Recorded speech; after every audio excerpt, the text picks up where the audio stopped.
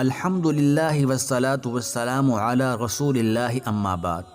حضرت دحیہ بن خلیفہ بن فروہ بن فضالہ مشہور صحابی ہیں، مالدار تاجر تھے۔ نبی صلی اللہ علیہ وآلہ وسلم کی خدمت میں تحائف بھیجا کرتے تھے۔ ابن حجر رحمۃ اللہ علیہ فرماتے ہیں، پہلا غزوہ جس میں وہ شریک ہوئے غزوہ خندق ہے۔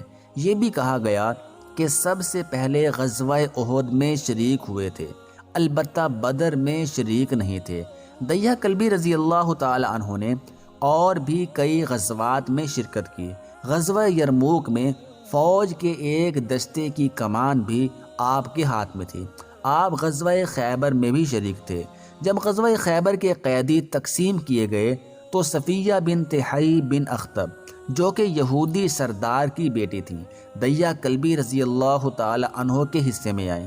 صفیہ رضی اللہ تعالی عنہ بہت حسین و جمیل تھی، مگر دحیہ کلبی رضی اللہ تعالی عنہ کے صفیہ رضی اللہ تعالی عنہ کو حاصل کر لینے کے وقت اختلاف ہو گیا۔ لوگوں نے کہا کہ صفیہ بنو قریظہ اور بنو نذیر کی سیدہ یعنی سردار کی بیٹی ہیں، اور ایسی عورت بہتر ہے کہ نبی اکرم صلی اللہ علیہ وسلم اپنے لیے مختص کر لیں۔ گویا ان صحابہ کے نزدیک شاہد عالم صلی اللہ علیہ وآلہ وسلم کا گھر ہی خیبر کی اس شہزادی کے شایان شان تھا۔ نبی اکرم صلی اللہ علیہ وآلہ وسلم نے انہیں آزاد کر کے خود ان سے نکاح کر لیا۔ یوں صفیہ رضی اللہ تعالی عنہ کو ام المؤمنین ہونے کا شرف حاصل ہوا۔ سن 5 ہجری میں دحیہ کلبی رضی اللہ تعالیٰ عنہ کو ہرقل کے پاس نبی اکرم صلی اللہ علیہ وآلہ وسلم کا خط پہنچانے کا کام سپرد کیا گیا، جس میں ہرقل کو اسلام قبول کرنے کی دعوت دی گئی تھی۔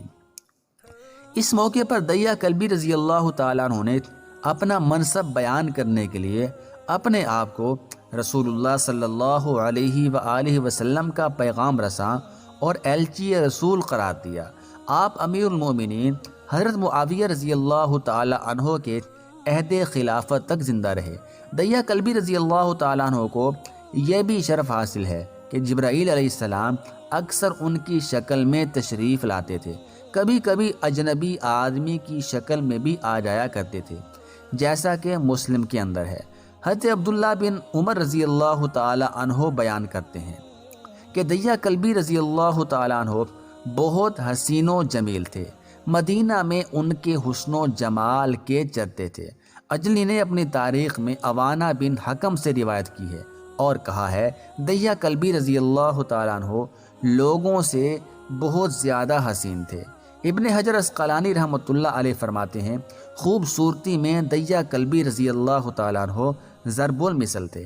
خود نبی اکرم صلی اللہ علیہ وسلم فرماتے ہیں، جبرائیل علیہ السلام میرے پاس دحیہ کلبی کی صورت میں آتے ہیں اور دحیہ خوبصورت آدمی ہیں۔